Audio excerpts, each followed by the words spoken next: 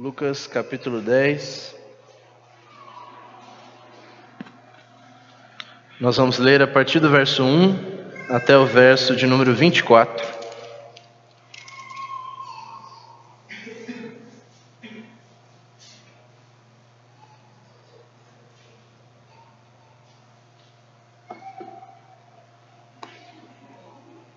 Lucas capítulo 10, versos 1 ao 24. Diz assim a palavra do Senhor, acompanhe comigo. Depois dessas coisas, o Senhor designou outros 70 e os enviou de 2 em 2 para que o precedessem em cada cidade e lugar aonde ele estava para ir. Ele fez a seguinte advertência: a seara é grande, mas poucos são os trabalhadores. Rogai, pois, ao Senhor da seara que mande trabalhadores para a sua seara. Ide, eis que vos envio como cordeiros para o meio de lobos.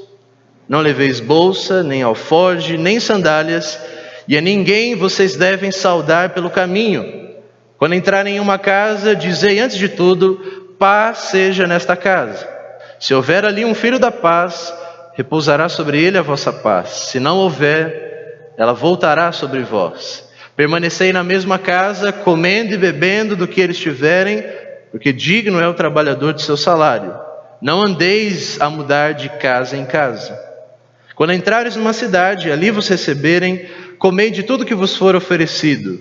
Curem os enfermos que nela houver e anunciai-lhes: a vós outros está próximo o reino de Deus.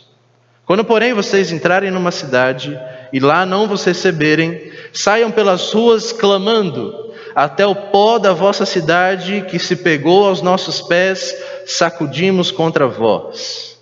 Não obstante, saibam que está próximo o reino de Deus. Digo-vos que naquele dia haverá menos rigor para Sodoma do que para aquela cidade. Ai de ti, Corazim! Ai de ti, Betsaida! Porque se em Tiro e em Sidom se tivessem operado os milagres que em vós se fizeram, há muito que elas se teriam arrependido, assentadas em pano de saco e cinza. Contudo, no juízo haverá menos rigor para Tiro e Sidom do que para vós outras. Tu, Cafarnaum, te elevarás, pois, porventura até o céu? Descerás, portanto, até o inferno. Quem vos der ouvidos, me ouve. Quem vos rejeitar a mim, me rejeita. Quem, porém, me rejeita, rejeita aquele que me enviou. Então regressaram os 70, possuídos de grande alegria, dizendo: Senhor, os próprios demônios se submetem a nós pelo teu nome. Mas Jesus lhes disse: eu vi a Satanás caindo do céu como um relâmpago. Eis aí vos dou autoridade para pisar de serpentes e escorpiões e sobre todo o poder do inimigo, e nada absolutamente vos causará dano. Não obstante, alegrai-vos, não porque os espíritos se submetem a vocês, mas porque o vosso nome está escrito nos céus. Naquela hora, exultou Jesus no Espírito Santo e exclamou: graças te dou, ó Pai, Senhor do céu e da terra, porque ocultaste estas coisas aos sábios e instruídos e as revelaste aos pequeninos. Sim, ó Pai, porque assim foi do teu agrado. Tudo me foi entregue por meu Pai. Ninguém sabe quem é o Filho senão o Pai, e ninguém sabe quem é o Pai senão o Filho, e aquele a quem o Filho o quiser revelar. E Jesus, voltando-se para os seus discípulos, disse-lhes particularmente: bem-aventurados os olhos que veem as coisas que vocês veem, pois eu vos afirmo que muitos profetas e reis quiseram ver aquilo que vocês veem e não viram, e ouvir o que vocês ouvem e não ouviram. Esta é a palavra do Senhor. Vamos orar agradecendo pela leitura. Senhor, diante de nós está a sua palavra, e cremos que diante de nós está a sua presença, o peso da sua glória, do temor que se deve ao seu nome e à sua santidade, que esteja diante dos nossos olhos, diante dos nossos corações, tanto naquele que fala quanto naquele que ouve essa manhã. Que Cristo seja altamente glorificado, exaltado, reconhecido, adorado, servido. Todos nós, ó Deus, possamos sair daqui submetidos ao Senhor, com as nossas cabeças baixas em reconhecimento da sua glória e majestade, que possamos viver para a sua glória como sua igreja, como seu povo santo nessa terra. Nos dê graça para isso, pois por nossa força é impossível. Oramos com fé em Cristo Jesus. Amém. O título do nosso sermão esta manhã, meus irmãos e irmãs, é este que vos tem diante de vocês: Trindade, Seara e Igreja. Nós vamos ver basicamente essas três coisas. Eu não sou muito bom com títulos, como vocês percebem, mas nós vamos ver três partes desse texto, e essas três partes estão aí no slide para facilitar o acompanhamento de vocês. Trindade, Seara e Igreja. Como sempre, gostaria de introduzir você nesse texto com uma pergunta que faça sentido para a nossa reflexão. E a pergunta é a seguinte: você consegue imaginar, você conseguiria decifrar ou explicar para você mesmo ou para alguém o que é aquilo que te faz feliz? Pense em poucos momentos, o que é que faz o seu coração feliz?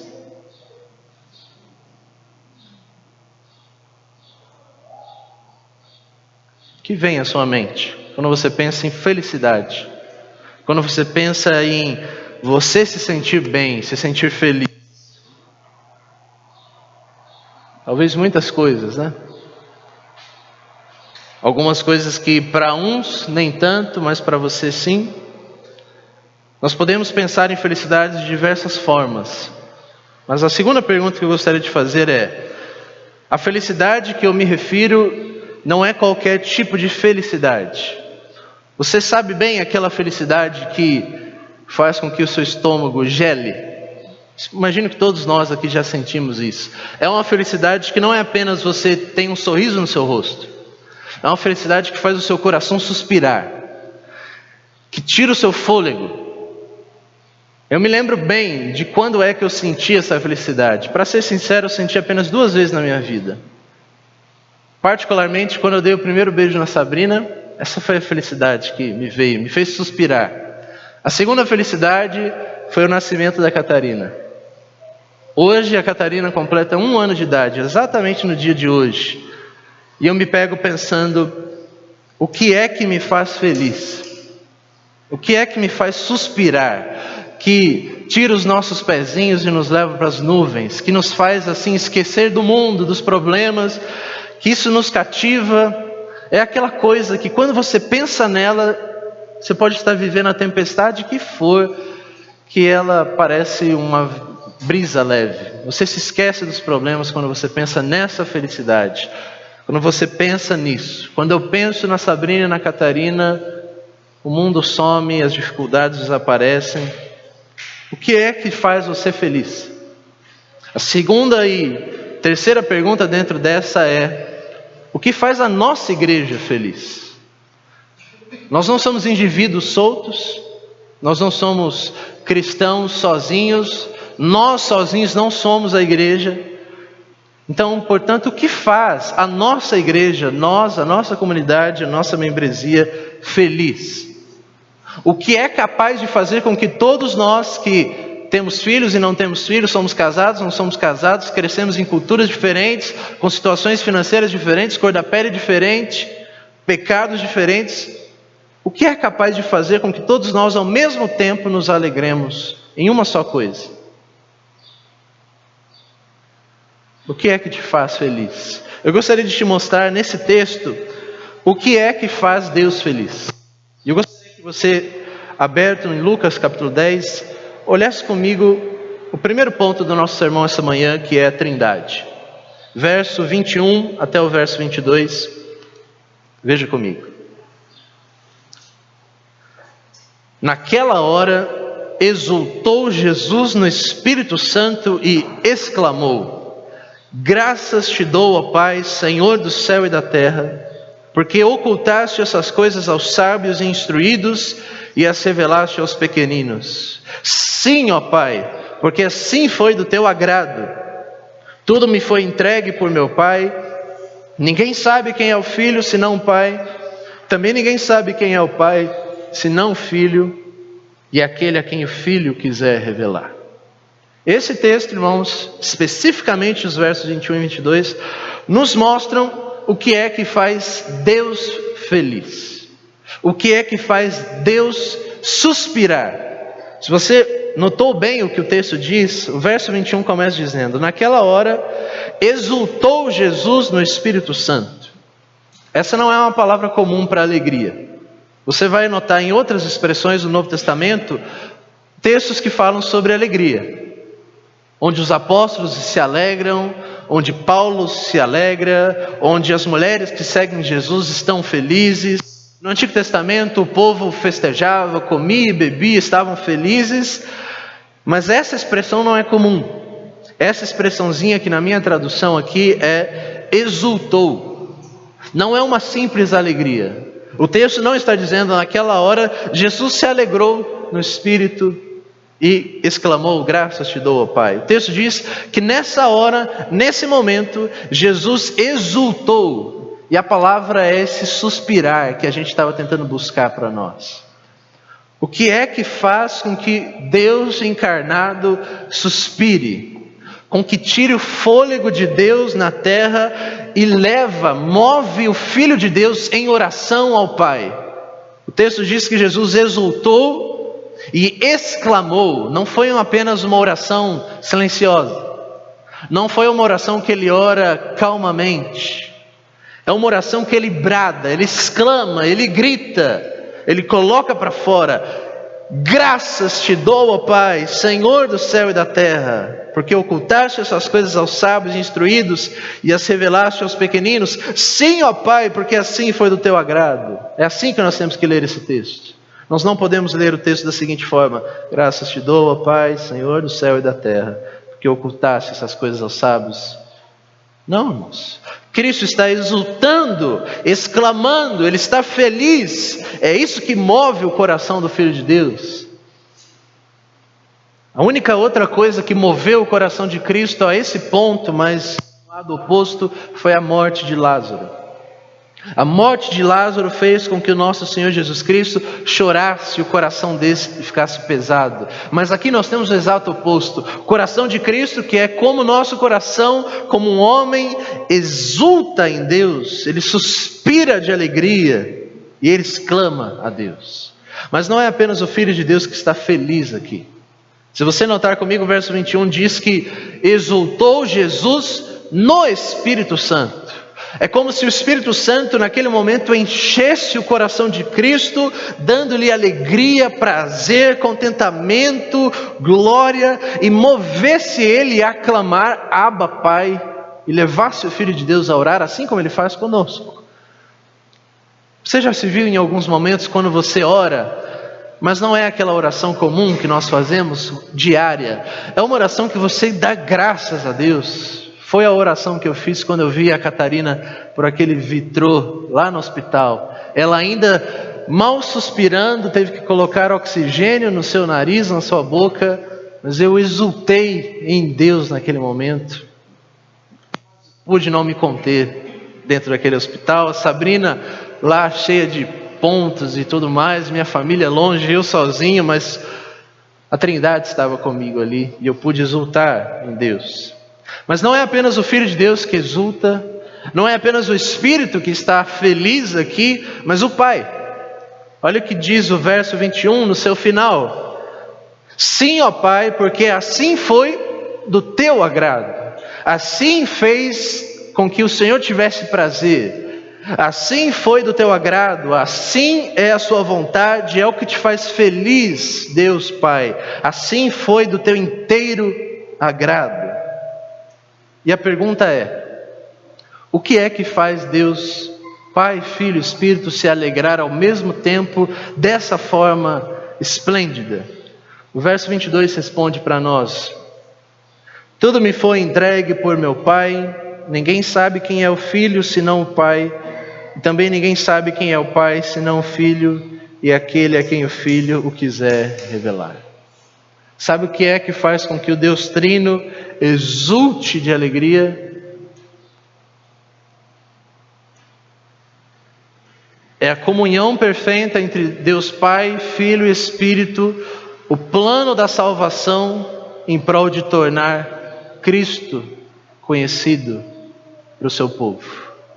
Em outras palavras, o que faz com que o Deus Trino exulte de alegria é colocar esse conhecimento oculto no coração de pecadores como nós, para que nós possamos nos deleitar neste conhecimento.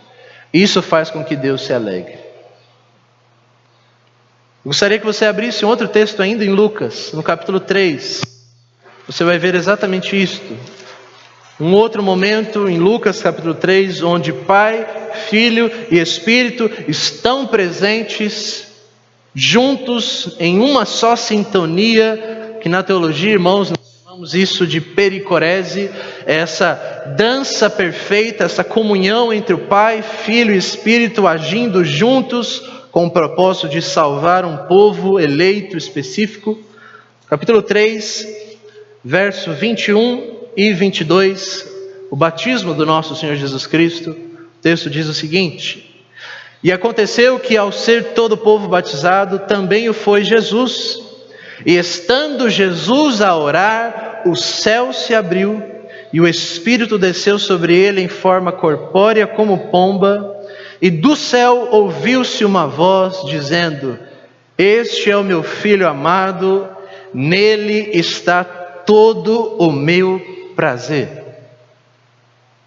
O Pai não se conteve no céu, Ele rasga os céus, grita para que todos escutem. Quando nós lemos os outros evangelhos, as pessoas que ouviram essa voz, uns entenderam que era uma voz advinda de Deus, outros acharam que era um grande trovão, porque o Pai bradou do céu. E o que é que faz o Pai bradar do céu, rasgar o céu e se comunicar com a terra? É falar do seu Filho. Este é o meu Filho amado, nele está todo o meu prazer. Se ainda não é suficiente, eu peço que você abra comigo em Isaías. Isaías capítulo 53. Vamos entender um pouco mais o que é isso que faz com que o Pai esteja satisfeito. O que faz o Pai feliz.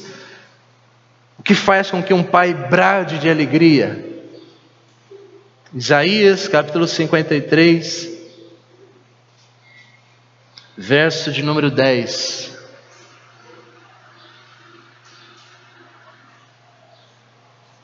O que é que me fez bradar naquele hospital foi o nascimento da Catarina.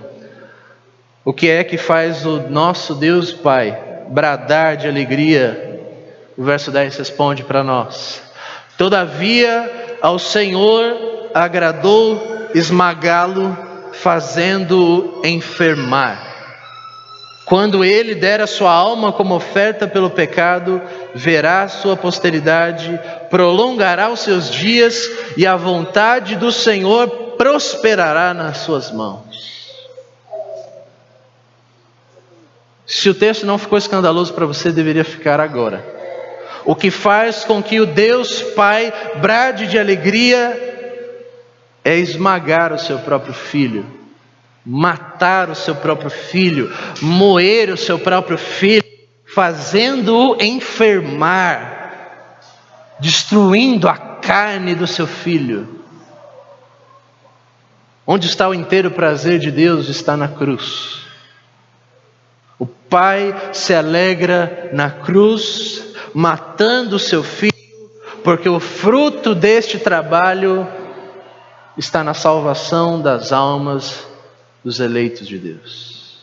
É através da cruz que Pai, Filho e Espírito manifestam e revelam quem é o Deus Trino e a salvação que foi planejada antes da fundação do mundo. É isso que Jesus estava querendo dizer quando ninguém conhece o Pai senão o Filho, ninguém conhece o Filho senão o Pai, e aquele a quem o Filho o quiser revelar. E a forma como Deus se revela a nós é através da cruz, da morte do Deus Filho encarnado. E nessa morte está todo o prazer de Deus. Pai, Filho e Espírito. Aquele cântico do projeto Sola, de Isaías 53, diz: para satisfazer o Criador, Ele morreu. Para satisfazer Deus. Isso é estranho para nós. Que é exatamente o oposto do que nós buscamos. O texto nos mostra que o Deus Pai, Filho e Espírito está numa unidade de comunhão perfeita, de alegria e exultação, e essa exultação está em torno da morte do Deus Filho, da cruz. Volte comigo para Lucas capítulo 10. A quarta pergunta do nosso texto essa manhã é: por que isso é importante dentro desse contexto? Porque eu fiz questão de primeiro nós olharmos para os versos 21 e 22, antes de nós olharmos para os versos 1 em diante. O verso 1 em diante é aquele famoso texto onde o Senhor envia 70 discípulos para a seara, para evangelizar, em missão, em proclamação do Evangelho para as pessoas, para várias regiões. Cristo, como nós vimos no sermão passado, está indo em direção a Jerusalém. Ele convida discípulos que realmente querem assumir o compromisso da cruz para ir em direção a Ele, à morte. E Ele envia discípulos para pregar, para anunciar: proclamem aos 4 cantos do mundo isso que eu estou anunciando para vocês. E a pergunta é: por que é importante, quando nós pensamos evangelização, nós pensarmos no que o Deus Pai, Filho e Espírito estão pensando sobre evangelização? Qual é o alvo da evangelização? Para que nós fazemos missões? Para que nós proclamamos o Evangelho para as pessoas? Ou pelo menos para que deveríamos? Muitas igrejas fazem evangelização porque o interesse final das igrejas é ter uma igreja grande. Alguns, mais irresponsáveis, para não dizer outra coisa, evangelizam muito porque eles querem muito dinheiro em retorno. Por que é que o nosso Senhor Jesus Cristo quer que nós vamos para proclamar a sua mensagem? Porque Deus tem prazer nisso. Irmãos, se nós não pensarmos evangelização dessa forma, nós não iremos evangelizar de forma nenhuma. Talvez aqui está a resposta da pergunta que nós, pelo menos cristãos que se interessam nisso, fazem quando questionam qual é o motivo do porquê eu não evangelizo tanto quanto eu deveria. Qual é o motivo pelo qual a minha igreja não se preocupa tanto quanto deveria com a evangelização? O motivo é porque nós não estamos pensando evangelização como Deus Pai, Filho e Espírito pensam evangelização. Então vamos ver os versos 1. Nós temos aí o relato da seara. Olhe comigo os versos 1 e 2. Depois disso, o Senhor designou outros 70 e os enviou de 2 em 2 para que o precedessem em cada cidade e lugar onde ele estava para ir. Eles fez a seguinte advertência: a seara é grande, mas poucos são os trabalhadores. Rogai, pois, ao Senhor da seara que mande trabalhadores para a sua seara. O que Cristo está nos ensinando é, em outras palavras, eu fiz todo o trabalho para alcançar os eleitos. O campo está pronto só para alcançar essas pessoas, mas são poucos aqueles que querem trabalhar comigo. Não é isso que ele disse no sermão passado? Você quer me seguir? Eu não tenho onde reclinar a cabeça. Você quer me seguir? Deixa os mortos enterrar os seus mortos. Você quer me seguir? Quem coloca a mão no arado e olha para trás não é apto, não é útil para o reino de Deus. A seara é grande, está tudo pronto, eu planejei tudo, mas são poucos os trabalhadores. Jesus não está querendo aqui emocionar os discípulos para tentar trazer muitas pessoas para as missões. Ele está dizendo algo que é uma realidade para sempre. São poucos e serão poucos os trabalhadores. Mas esses trabalhadores fazem muito. E a pergunta que o Senhor nos faz essa manhã é: você é um trabalhador da seara? Você está preocupado com esse plano de Deus, Pai, Filho e Espírito, que já existe antes da fundação do mundo, com o propósito de revelar quem é o Filho e a salvação para as pessoas? Você se preocupa com isso? Cristo diz: rogai, pois, ao Senhor da seara que mande trabalhadores. Em outras palavras, nós não somos aqueles que nos alistamos para a seara, é o Senhor que nos chama para a seara, e a seara terá os seus trabalhadores. Não existe nenhum momento na história onde a seara, que é o mundo, ficou sem trabalhadores para testemunhar de Cristo e do Evangelho. A pergunta é: nós somos alguns desses? Nós somos um dos tais que proclamam e trabalham, que, como aquela tradição cristã antiga dos moravianos, grandes missionários evangelistas, o lema deles era: vamos evangelizar, porque digno é o Cordeiro de receber a recompensa pelo seu sacrifício. Nós pensamos assim, que digno é o Cordeiro de receber a recompensa pelo seu sacrifício. Ele é o Senhor da seara, Ele vai trazer os seus eleitos. Mas, irmãos, que privilégio é nós podermos participar disso. Ele é o Senhor da seara, nada foge do seu controle. Não há um eleito sequer que se perca no meio do caminho. Ele irá buscar a todos, nenhum deles ficará perdido. A pergunta é: nós nos preocupamos com isso? Olha o que diz o verso 3 em diante: eis que vos envio como cordeiros para o meio de lobos. Não levem bolsa, nem alforje, nem sandálias, a ninguém saudem pelo caminho. Quando entrarem numa casa, digam antes de tudo: paz seja sobre essa casa. Se ali houver um filho da paz, repousará sobre ele a vossa paz. Se não houver, ela voltará sobre vós. Permaneçam nessa casa, comendo e bebendo do que tiverem, pois digno é o trabalhador de seu salário. Não fiquem mudando de casa em casa. Quando entrarem numa cidade e ali vos receberem, comam do que vos for oferecido, curem os enfermos que nela houver, e anunciem: a vós outros está próximo o reino de Deus. É assim que os discípulos devem caminhar de cidade em cidade.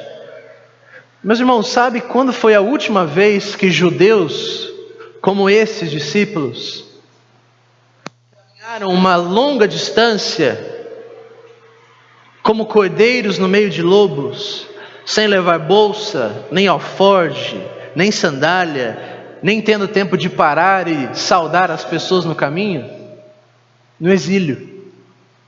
Essa foi a última vez que um povo como esse caminhou uma longa distância, sem bolsa, sem sandália, sem comida, sem nada, perdidos no meio do caminho, indo em direção ao destino. O que é que o Senhor Jesus Cristo está nos ensinando? Que evangelizar é isso. É você abrir mão de si em prol do outro. É abrir mão dos confortos dessa terra, das riquezas desse mundo, para você entregar um tesouro que nenhum homem nessa terra pode ter, para aquele que não tem. Em outras palavras, Cristo está chamando a sua igreja, os seus discípulos, a evangelizar nessa terra como se eles fossem peregrinos. E é isso que nós somos. Aqui não é a nossa terra final, irmãos. Por que é que nós gastamos tempo, dinheiro, esforço com coisas que vão morrer, vão perecer? Traça, ladrão. Por que é que nós não lutamos por tesouros eternos? Por que é que nós não olhamos para o coração das pessoas que podem ser eleitos de Deus e estamos sedentos por colocar esse tesouro do Evangelho dentro do coração dessas pessoas? Cristo está dizendo para os seus discípulos: vocês não devem se preocupar com comida, nem com sandália, nem com bolsa, com dinheiro, com nada. O propósito de vocês agora é ir e alcançar as pessoas, salvá-las, como se vocês fossem peregrinos nessa terra. E é o que somos. O Senhor está nos ensinando que o grande discipulado da nossa vida cristã é alcançar as pessoas dentro dessa seara. Semana passada eu disse para vocês sobre algumas características dos mosteiros, e quando nós estudamos um pouco sobre os monges, nós vemos que de fato eles foram os grandes e maiores evangelistas dos tempos passados. Por quê? Porque eles não estavam preocupados em construir castelos nessa terra. A única preocupação daqueles homens e mulheres de Deus era anunciar o Evangelho. Se hoje o mundo ocidental e tudo que nós conhecemos como mundo conhece o Evangelho, isso é devido aos monges cristãos. Como é que nós estamos vivendo a nossa vida hoje? Nós somos peregrinos ou será que nós somos cidadãos dessa terra? Nós estamos preocupados em levar o Evangelho para as pessoas ou isso não é a coisa mais importante que nós fazemos aqui? Terceira e última coisa desse ponto 2, a seara. Olha comigo o verso 10 ao 16. Quando vocês, porém, entrarem numa cidade e vos não receberem, saiam pelas ruas e clamem até o pó da vossa cidade, que se pegou aos nossos pés, sacudimos contra vós, não obstante sabei que está próximo o reino de Deus. Digo-vos que naquele dia haverá menos rigor para Sodoma do que para aquela cidade. Ai de ti, Corazim, ai de ti, Betsaida, porque se em Tiro e Sidom se tivessem operado os milagres que em vós se fizeram, há muito que elas se teriam arrependido, assentadas em pano de saco e cinza. Contudo, no juízo haverá menos rigor para Tiro e Sidom do que para vós outras. Tu, Cafarnaum, que te elevaste até os céus, descerás até o inferno. Quem vos dá ouvidos, ouve a mim. Quem vos rejeita a mim, me rejeita. Quem, porém, me rejeita, rejeita aquele que me enviou. Cristo está dizendo a nós que a evangelização é importante, porque a evangelização determina o destino eterno da alma das pessoas. Haverá maior juízo para aqueles que ouviram o Evangelho e não se submeteram a ele. Haverá mais juízo para essas pessoas do que para os homossexuais de Sodoma e Gomorra. Haverá mais castigo para essas pessoas do que para todas essas cidades gentílicas que o nosso Senhor Jesus Cristo denomina no nosso texto. Tiro, Sidom, Sodoma, Cafarnaum. E o que dirá daqueles que conhecem o Evangelho e não anunciam o Evangelho? Será que nós entendemos que ainda que nós temos convicção que o Senhor é o Senhor da seara, nenhum eleito ficará de fora? Mas nós não pensamos como é que o nosso Senhor Jesus Cristo está nos chamando a participar dessa obra. Se dependesse de nós, muitos eleitos ficariam de fora da seara. Se dependesse de nós, somente o nosso clube local aqui iria para o céu. Nós estamos salvos, isso é bom, que as pessoas que se danem, que se salvem a si mesmas. Será que é assim que cristãos deveriam pensar? Qual é a imagem que Cristo está pintando de verdadeiros discípulos? São pessoas que param de pensar nas suas próprias vidas em prol de levar o tesouro eterno para o coração daqueles que ainda não conhecem. Resgatar os eleitos de Deus que estão lá fora. Irmãos, existem pessoas, se você é um eleito de Deus aqui essa manhã, e você é um filho de Deus, e você tem prazer em Deus, e que mesmo nas turbulências da vida dos pecados você sente prazer, você sente segurança, você sente paz. Existem eleitos de Deus como você lá fora que ainda não foram alcançados, que estão sofrendo nos seus pecados. O quanto antes nós os alcançarmos pela vontade e graça de Deus, melhor. Alcancemos. Imagine se fosse com relação a você. As pessoas não evangelizassem, não proclamassem a mensagem do Evangelho para você, E você fala: nossa, se eu tivesse ouvido essa mensagem antes, se o Senhor tivesse ganhado meu coração antes, quanto eu não sofreria, quanto eu poderia glorificar a Deus, quanto de tempo, anos da minha vida e esforço eu poderia dedicar para alcançar outras pessoas. O Senhor está nos chamando para pensar sobre a seara. Isso nos leva diretamente ao terceiro e último ponto, a igreja. Vamos ver como é que os discípulos entenderam isso, né? Nós estamos numa sequência onde os discípulos só falham. Vamos ver como é que os discípulos, os grandes apóstolos, reagiram a este mandato de Cristo. Verso 17. Então regressaram os 70, possuídos de alegria, dizendo: Senhor, os próprios demônios se submetem a nós pelo teu nome. Eles voltaram felizes, possuídos de alegria. Mas não a alegria que eles deveriam ter. Sabe qual é a alegria dos discípulos? Eles não estão preocupados com as almas que foram salvas. Eles estão preocupados porque os demônios que alguns dias atrás eles não conseguiam expulsar, você se lembra do relato? Eles desceram no monte da transfiguração, tinha lá um menino endemoniado, os discípulos não conseguiram expulsar aquele demônio, mas agora eles conseguiram, eles estão felizes da vida. Cristo disse para ele: vocês devem se alegrar com isso, mas antes vocês devem se alegrar porque os espíritos não apenas se submetem a vocês, mas porque o vosso nome está escrito nos céus. O que isso quer dizer? Quer dizer basicamente isso, irmãos. O que é mais difícil para Deus? Qual é o maior milagre que Deus pode fazer? É tirar um demônio do corpo de uma pessoa ou tirar a sua alma do inferno? Com o que nós deveríamos nos alegrar mais? Será que nós estamos preocupados mais com a nossa performance cristã, com aquilo que nós fazemos, do que com aquilo que Deus fez e faz por nós? A alegria dos discípulos está no que eles fazem. Cristo diz: a alegria de vocês não deve estar no que vocês fazem, mas no que eu fiz. O vosso nome está nos céus. Abra comigo em Efésios capítulo 1, texto que nós já lemos hoje. Efésios capítulo 1. Vamos ver o que o apóstolo Paulo diz aqui.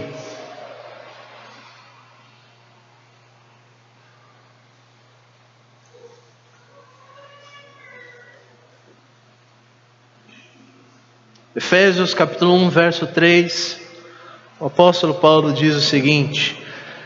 Irmãos, leiam esse texto imaginando a exultação de Paulo. Bendito o Deus e Pai de nosso Senhor Jesus Cristo, que nos tem abençoado com toda sorte de bênção espiritual. Aonde? Nas regiões celestiais, que é onde os nossos nomes estão escritos. Assim como Ele nos escolheu em Cristo antes da fundação do mundo, para sermos santos e irrepreensíveis perante Ele, e em amor nos predestinou para Ele, para a adoção de filhos, por meio de Jesus Cristo, segundo o beneplácito de Sua vontade, para o louvor da glória de Sua graça. Agora olhe comigo o verso de número 12. A fim de sermos para o louvor da glória da sua graça. Olha comigo o verso 14. O qual é o penhor da nossa herança até o resgate da sua propriedade, para o louvor da sua glória. Sabe essa palavrinha aqui, louvor da glória da sua graça? A palavrinha no grego é charis, de onde vem a palavra hoje carismáticos, né? Mas não tem nada a ver uma coisa com a outra. Charis, que significa alegria.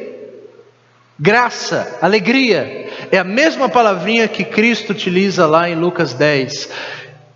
No Espírito Santo, Jesus exultou, Jesus foi cheio da caris, da graça, da alegria do Espírito. E o que Paulo está dizendo para nós aqui é que Pai, Filho e Espírito estão trabalhando juntos no plano eterno, antes da fundação do mundo, para alcançar um povo, uma igreja específica, eleitos, cujos nomes já estavam escritos nos céus, antes da fundação do mundo, Tudo isso para a glória do louvor da sua graça. Tudo isso para a alegria do próprio Deus. E não apenas do próprio Deus, mas sua. Olha o que diz o verso de número 16. Qual é a consequência de Paulo após esse belo louvor à Trindade? Verso 15 ele diz: por isso também eu, tendo ouvido a fé que há entre vós no Senhor Jesus e o amor para com todos os santos, ou seja, sabendo que vocês foram alcançados, eu não cesso de dar graças por vós, fazendo menção de vós em minhas orações. Eu não cesso de me alegrar em Deus, quando eu penso em vós, Efésios, eleitos de Deus que foram alcançados, estão salvos, seguros em Deus. Pai, Filho e Espírito escolheram vocês. Eu me alegro, eu não cesso de dar graças a Deus, orando por vós. É exatamente isso que o apóstolo João, escrevendo a sua terceira carta, no verso número 4, ele diz: eu não tenho maior alegria do que essa. E a resposta é o quê? Qual é a sua maior alegria nessa manhã? O que é que te move? O que é que faz você exultar? Sabe o que faz exultar o apóstolo João? Eu não tenho maior alegria do que esta: saber que os meus filhos andam na verdade. Saber que vocês são os filhos de Deus. Saber que Pai, Filho e Espírito estão trabalhando na vida de vocês, que vocês são alcançados por essa graça. Eu não tenho maior alegria do que essa, de saber que vocês estão andando na verdade. O apóstolo João, escrevendo ainda a sua primeira carta, ele diz: essas coisas vos escrevo para que a vossa alegria seja completa. Eu escrevo tudo isso que eu estou escrevendo, eu prego tudo isso que eu estou pregando, para que cada vez mais vocês sejam preenchidos da verdadeira alegria. E a verdadeira alegria é a comunhão que nós temos com o Pai e com o seu Filho Jesus Cristo. Eu disse para vocês que a minha maior alegria, depois do beijo na Sabrina, foi o nascimento da Catarina. Mas essa é uma alegria muito pequena. Catarina pode morrer amanhã. E onde estará a minha alegria? Sabe qual será a minha maior alegria? Não é ver o nascimento da Catarina, é ver o novo nascimento da Catarina. Porque ela poderá morrer no dia seguinte, mas o nome dela está escrito nos céus. Qual é a sua maior alegria?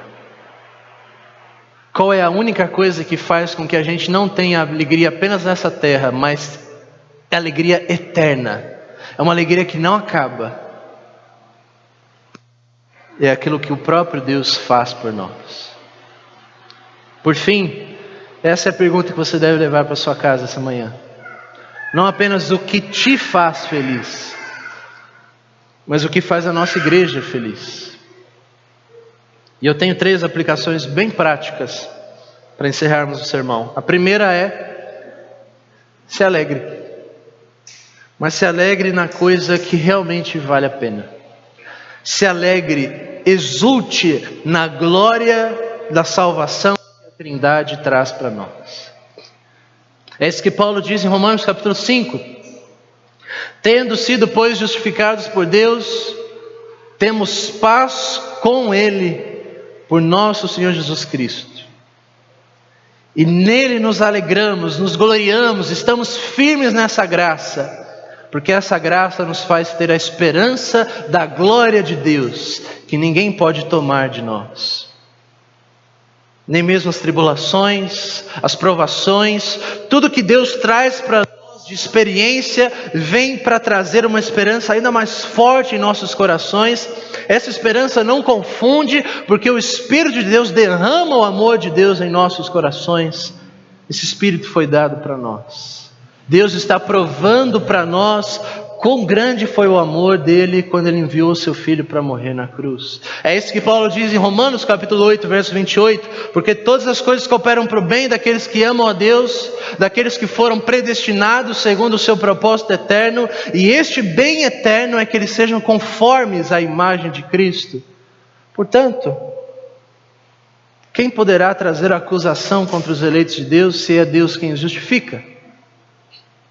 Cristo está à destra de Deus Pai, intercedendo por nós, orando por nós, glorificando ao Pai à destra de Deus. Portanto, nem a fome, nem a espada, nem a morte, nem as coisas do porvir, nem as coisas do agora, nenhuma criatura pode nos separar do amor de Deus que está em Cristo Jesus. Porque não depende do que você faz, depende do que Ele fez. As suas obras não podem ir lá no registro celestial e apagar o seu nome. Ele está escrito. E a Trindade irá trabalhar alegremente por toda a eternidade para fazer com que o seu coração esteja no lugar onde deve estar. E isso é importantíssimo para que a gente proclame essa mensagem para outras pessoas. A segunda aplicação é: nós como igreja de Cristo devemos sempre rogar ao Senhor da seara por trabalhadores. E eu quero adicionar algo aqui. Nós temos que orar ao Senhor da seara para que envie trabalhadores, homens e mulheres que estejam dispostos a abrir mão dos seus confortos, dos seus projetos, para entregar a sua vida para alcançar outras vidas. Mas nós temos que orar pedindo para que Deus envie trabalhadores felizes. Essa mensagem sempre costuma mostrar as nossas falhas, como é que nós não temos evangelizado. E sempre a nossa reação é ficarmos tristes, desanimados, abatidos. Nós temos que orar para que o Senhor nos envie trabalhadores felizes. E vocês serão felizes quando vocês entenderem qual é o plano para a seara. O plano trinitário da salvação. Por último, seja um trabalhador. Será que você já não está cansado de só ouvir e de não fazer nada que seja útil para o reino de Deus? Se você morre hoje, ninguém sente sua falta. O reino de Deus não é balançado por causa da sua morte. Será que nós somos úteis para o reino de Deus, irmãos? Será que nós estamos olhando para a seara com os olhos de Cristo? Será que nós estamos olhando para a Trindade com os olhos de Cristo? Será que nós estamos olhando para a nossa salvação com os olhos de Cristo? Primeiro, exulte, se alegre. Segundo, ore. Terceiro, trabalhe. O Senhor nos chama para trabalhar. Que o Senhor nos dê graça para isso. Vamos orar.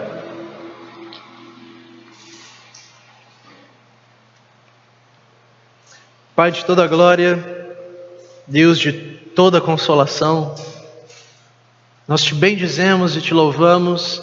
Bendito seja o seu nome, o Deus e Pai de nosso Senhor Jesus Cristo, o qual nos abençoou com todas as bênçãos espirituais nas regiões celestiais em Cristo. O Senhor predestinou a sua igreja, o seu povo, os escolheu como filhos adotivos em Cristo Jesus, os remiu de todas as iniquidades e pecados, os elevou às regiões celestiais, colocou dentro de si o Espírito Santo que nos faz a imagem de Cristo Jesus. Nós te bendizemos por essas coisas, ó Deus, porque estamos seguros nas suas mãos. Não há nada que nos afaste do amor de Deus, não há nada que nos tire da sua presença, não há nada que tire a alegria eterna colocada dentro dos nossos corações, pois iremos descansar um descanso eterno destinado aos santos. Não há nada nessa terra, Senhor, que nos afaste dessa alegria eterna preparada para nós. Estamos seguros na fé que uma vez foi dada aos santos, mas, Senhor, existem irmãos e irmãs que ainda não foram alcançados. Nos dê a graça para alcançá-los, segundo a sua boa vontade. O nosso Senhor Jesus Cristo, a quem oramos agora, se alegrou muito quando os apóstolos retornaram a Ele contando as notícias da missão. Que possamos nos alegrar com Cristo, vendo pessoas que eram avessas ao Evangelho se convertendo ao Senhor e se juntando ao trabalho da seara. Que o Senhor nos dê o seu Espírito, para que possamos ter alegria impenetrável segura em nossos corações, que o Seu Espírito nos leve a seguir o caminho pregando o Evangelho de Deus, não nos preocupando com sandália, com dinheiro, com comida, com essas coisas que perecem, pois existem coisas que perecem que são mais sérias e nós sabemos, Senhor, são as almas eternas. Pai, Filho e Espírito, nós te bendizemos essa manhã, pedimos a Sua graça, que só vem do Senhor, para a nossa igreja local, para que possamos ser aperfeiçoados e edificados na Sua vontade. Tudo isso para o louvor da glória da Sua graça, somente em Cristo Jesus. Amém.